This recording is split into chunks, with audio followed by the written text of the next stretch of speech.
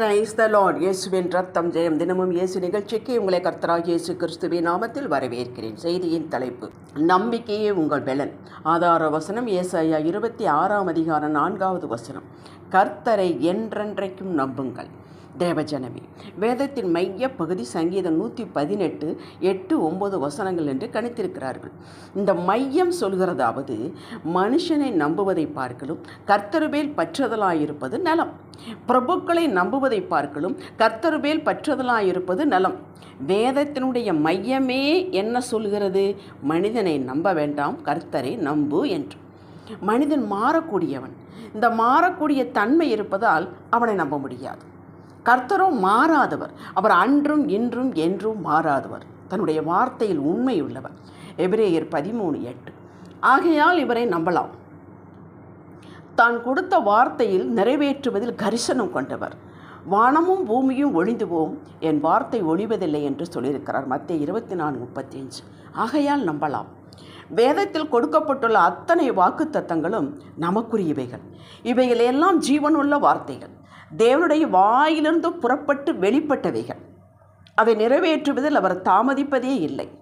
நான் சொன்னேன், நான் செய்து முடிப்பேன் என்கிறார். இதற்கு மறுபேச்சே இல்லை.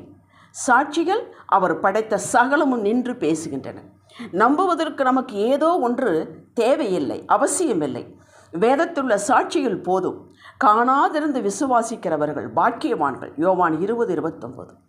இயேசு தான் மனித குமாரனாக வாழ்ந்த காலத்தில் அவர் பாராட்டியது மனுஷனுடைய விசுவாசத்தை. அவர் கடிந்து கொண்டது மனுஷனுடைய அவிசுவாசத்தை. நம்முடைய விசுவாசம் இன்றும் அவருடைய பாராட்டுதலுக்குரியதாக இருக்க வேண்டும். விசுவாசித்தவளே பாக்கியவதி. கர்த்தராலே அவளுக்கு சொல்லப்பட்டவைகள் நிறைவேறும். லூக்கா 1:45. கர்த்தராலே சொல்லப்பட்டவைகள் எலிசபெத்திற்கு நிறைவேறிற்று, மரியாளுக்கு நிறைவேறிற்று.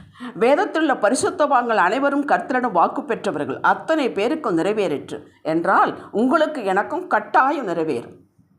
மனிதர்கள் பேரில் அன்பு செலுத்த சொன்னார், தன் பேரில் நம்பிக்கை வைக்க சொன்னார். இதை நாம் மாற்றி வைத்து விடுகிறோம். இதுதான் பிரச்சனை.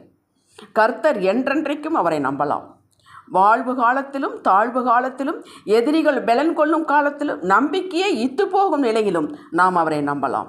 சாத்ராக், மேஷாக், ஆபேத்நேகோ 3 பேருக்கும் தண்டனை முடிவாயிற்று.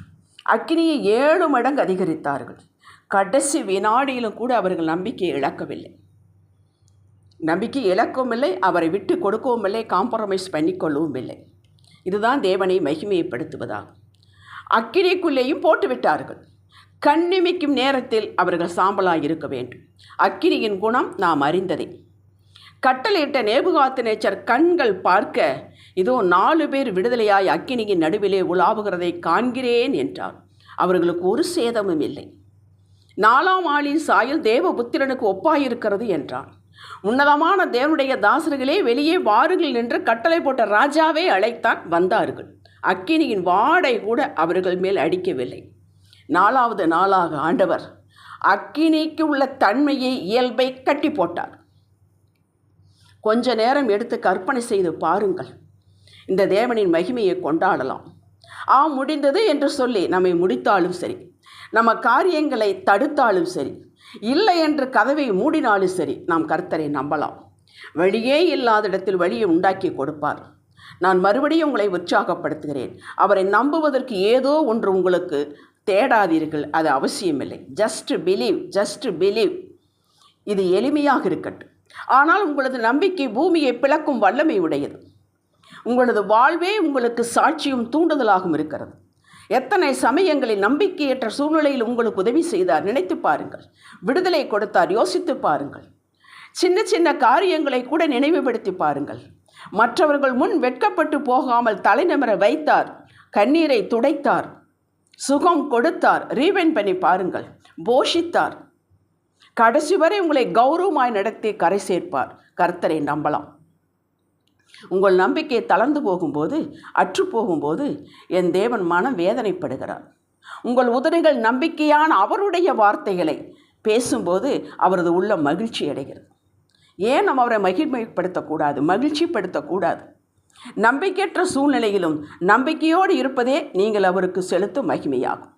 மகிமை என்று பாடுவதால் மகிமை வராது. யோசேப்பை விற்று போடும்போது 17 வயது. 13 ஆண்டுகள் அடிமைத்தனம் சிறையிருப்பில் தான் இருந்தான். வாலிப பையன், ஊரு தெரியாது, பாஷை புதுசு, ஊரு புதுசு, எல்லாம் புதுசு, ஆட்கள் புதுசு, பழக்க வழக்கங்கள் புதுசு. கற்பனை செய்து பாருங்கள். நம்பிக்கையோடே இருந்தான்.